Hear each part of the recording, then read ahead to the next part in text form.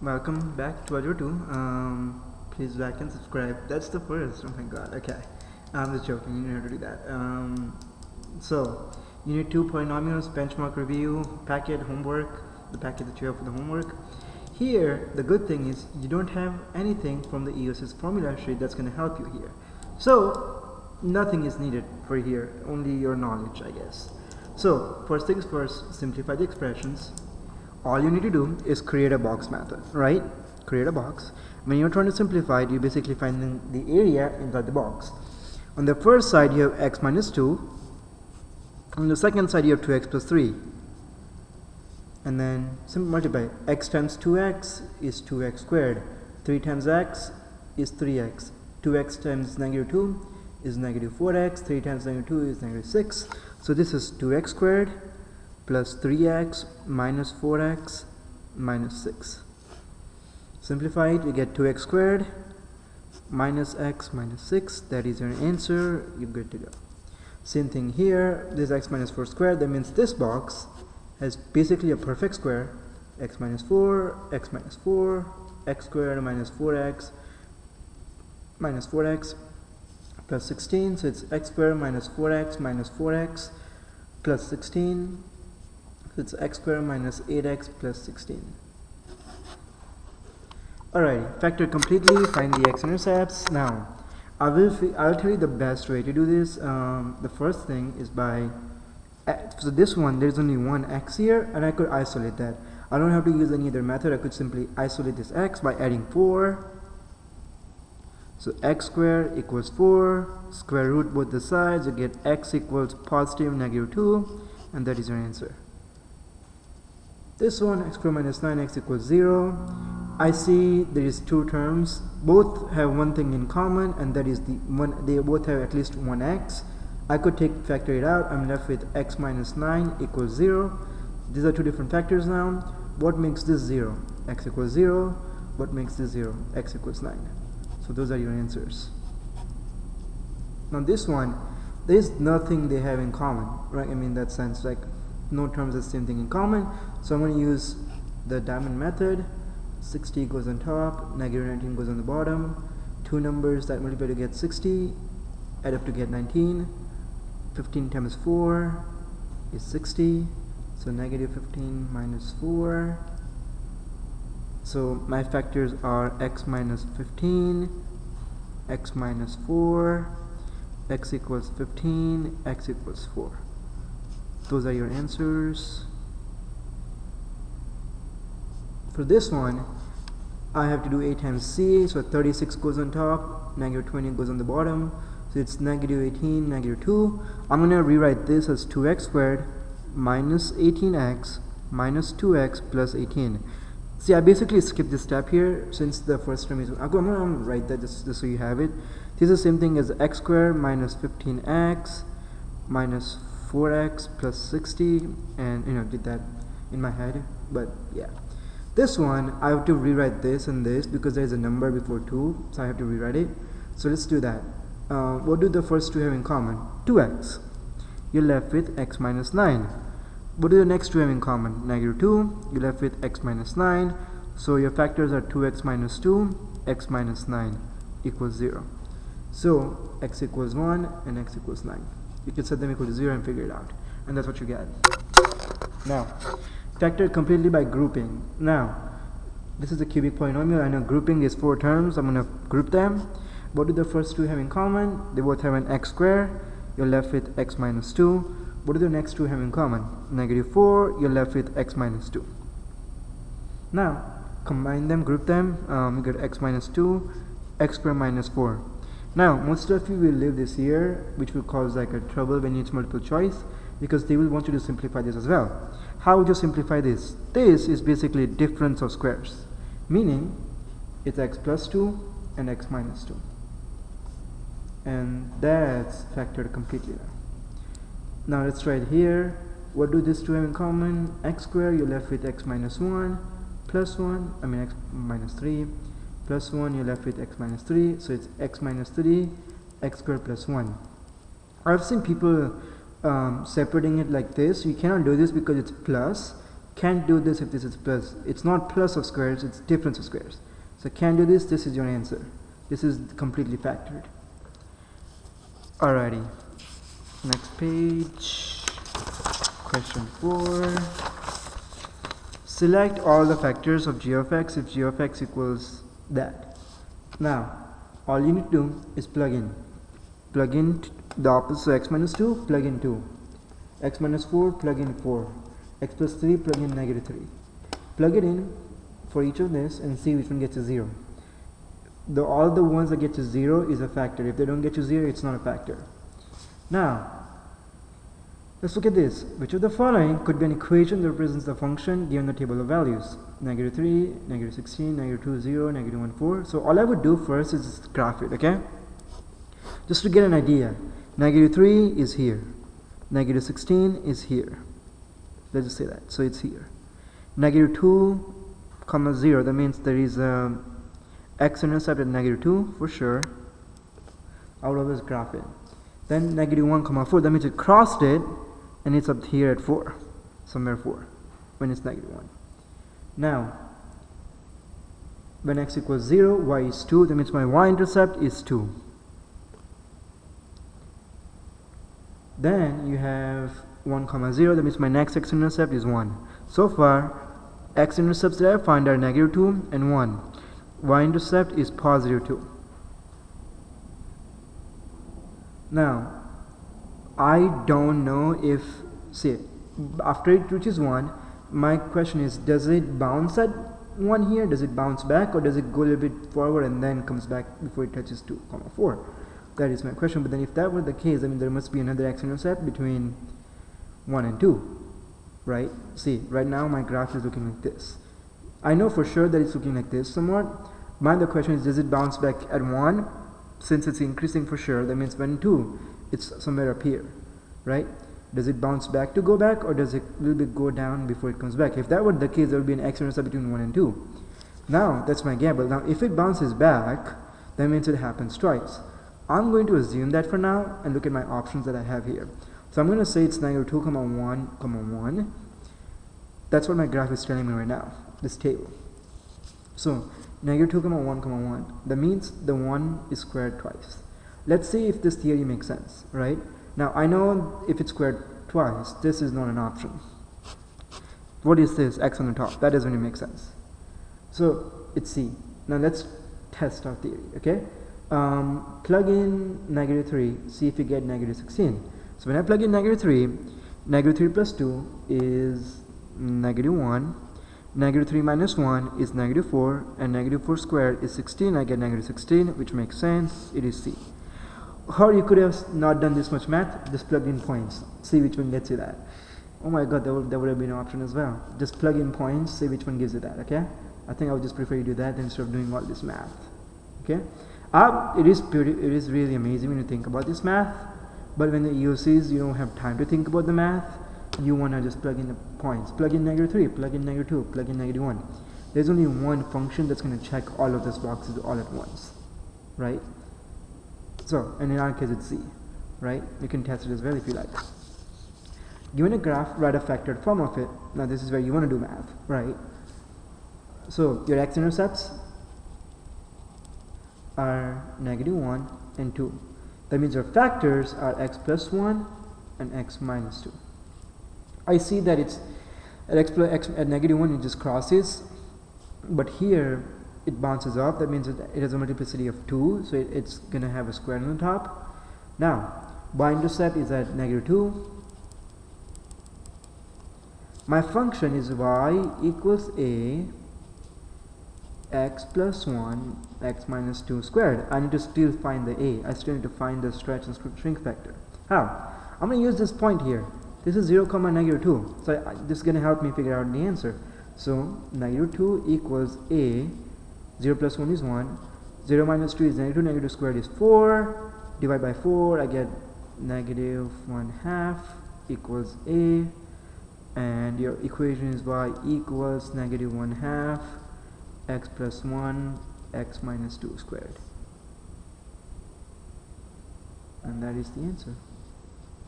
That's the equation. There is a square right there, you couldn't see. Yep. Alright, question 7. And behavior's reaction of any polynomial function is determined by its degree and leading coefficient. Degree can be even or odd, leading coefficient can be positive or negative. Here the degree is the highest exponent, so here what's the highest exponent? 2. Leading coefficient basically does exactly what it's saying, like the first term, which is 2. I'm just worried about if it's positive or negative, and it's positive. Y-intercept, here it's this one right here, so 4. So the end behavior, now since it's even positive, it's facing upwards, I just have to get a rough sketch about it, and it looks something like that. I don't care if this is the actual graph, but I know the end behavior is the same. So I would say as x goes to negative infinity towards the left, y goes to positive infinity. As x goes to positive infinity towards the right, y is still going to positive infinity. So here the degree is 2, again even, leading coefficient is negative, y-intercept is plug in 0, 0 minus 4 is negative 4, negative 4 square is positive 16, times negative 1 is negative 16. So I know it's negative even, it looks something like this. That's all I care. So I can just write down as x goes to negative infinity, y goes to negative infinity. As x goes to positive infinity, y goes to positive infinity. They could also simply just say, if it's multiple choice, they would also say f of x instead of y, but they both mean the same thing. Degree is odd, leading coefficient is positive, y-intercept is 4, and so if that's were the case, odd and positive, my end behavior looks something like this. Like odd and positive is just a straight line, right? Increasing slope, that's odd and positive. So what's the end behavior? It's going down. So as x goes to negative infinity, it's going down, y goes to negative infinity. As x goes to positive infinity, y is going up now as you're going right. Degree is odd. You can see how many factors are there. People would say that this is even, but imagine this is the first, this is this, but it happens twice. So it's 1 plus 2, degree is 3. Leading coefficient, degree is odd, leading coefficient is negative. Y-intercept, plug in 0, you can figure it out. Now, since it's negative, it's looking like this, and you can write down the statement for this one. As x goes to negative infinity, y goes to positive infinity. As x goes to positive infinity, y is going towards negative infinity. Select all the things that's true about the statements here. The degree is odd, so this is true. The constant term of p is positive, which is false because the constant term is negative 24. Now, I need to figure out the leading coefficient, which is positive. That means it's looking like this. So as x goes to positive infinity, means it's going right, it's going to positive infinity. So this is true. As x goes to, no, this is not possible. This is also not possible. This is possible because it's going down. Wow, oh my god, this is a lot. Okay, I was expecting you all to do this stuff in 4 days and I'm already tired. Alright, sketch a graph, label the roots and y-intercept. Let's start with labeling the roots, basically the x-intercepts. Your roots are, what makes this 0? Negative 2. What makes this 0? 1, but it's repeated, so it's negative 2, 1, 1. Y-intercept, plug in 0. 0 plus 2 is 2, 2 times 2 is 4, so it's 4. Y-intercept is 4. Plug in 0 for x. How do you graph it? Well, first thing I know, it's positive and odd. That means it's going down as I'm going left, and it's going up as I'm going right. And everything is happening in between this, right? Let's say negative 2 is here. It's going to skip every 2 steps. So this is that, and this is negative 2. Let's just say that. 4 is, say, here. 1, 2, 3. Let's just say 4 is here. I'm just magnifying it right now. Let's say 1 is here. I'm just trying to sketch out a graph here right now. So it's going up. Somewhere it's going to come back down. Like it's going to touch this and come back down. At 1, it's going to bounce off before it goes back up. So let's state the end behavior as x goes, and you can do that, okay? State the end behavior, you can do that now. Which of the function best represents the graph here? Plug in points. Always plug in points. Always. Okay? So if I plug in 0, I should get 3. Now let's test it. I know I'm going to get 3 here itself. So these two are good. Okay? Now I need to check this one because the y-intercept is 3, right? I need to check this. 0 plus 1 is 1. 1 squared is 1. Negative 1 plus 4 is 3. 0 minus 1 is negative 1. Negative 1 squared is 1. Negative 1 plus 4 is also. So that doesn't make sense. Now plug in negative 1. If I plug in negative 1, I should get 0. Negative 1 plus 1 is 0. This is now going to be 0. So this, hey, look at that. I just got rid of this. Negative 1 minus 1 is negative 2. Negative 2 squared is 4. Negative 4 plus 4 is 0. So this is still true. Now negative 1 squared is positive 1. So it's negative 1 because it's a negative outside. Minus 4 plus 3. This will not be 0. Right? Yeah. This will not be 0. So I can get rid of this as well. This is negative.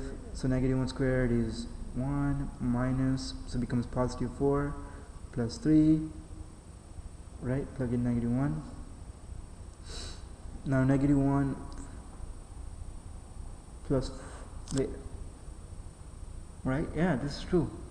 So wait, this is not right. Okay, this is wrong then. This is wrong. Cool. Now, just to confirm, I'm going to plug in 1. 1 minus 1 is 0. 0 squared is 0, whatever. So it's 4. So this is making sense. It's B.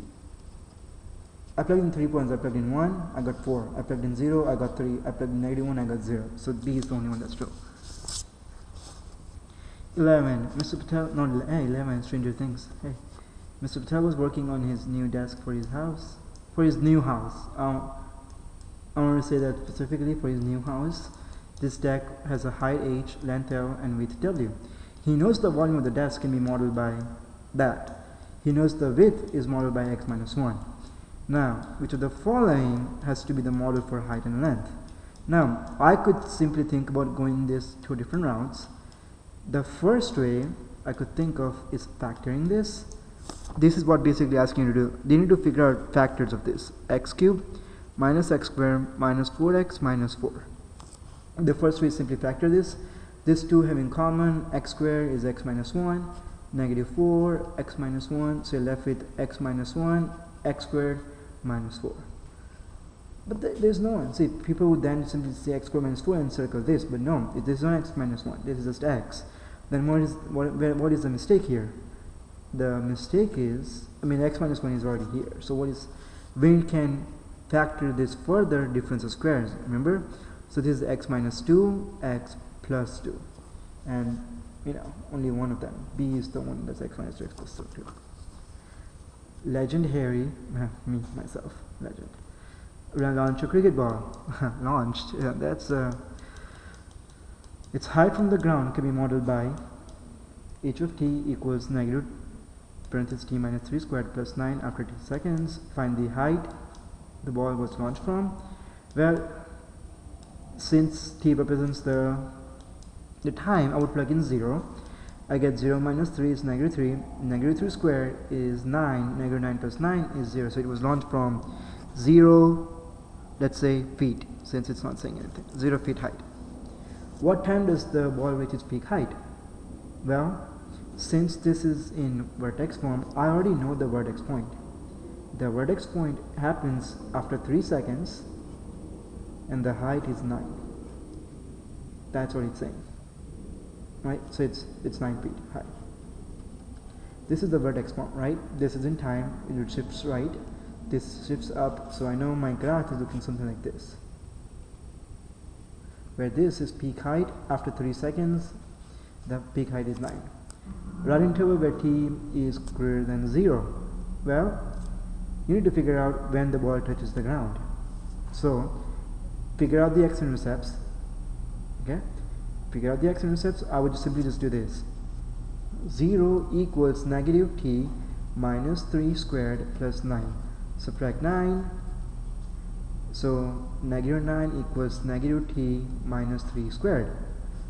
Divide by negative, so 9 equals t minus 3 squared. Square root, you get positive negative 3 equals t minus 3.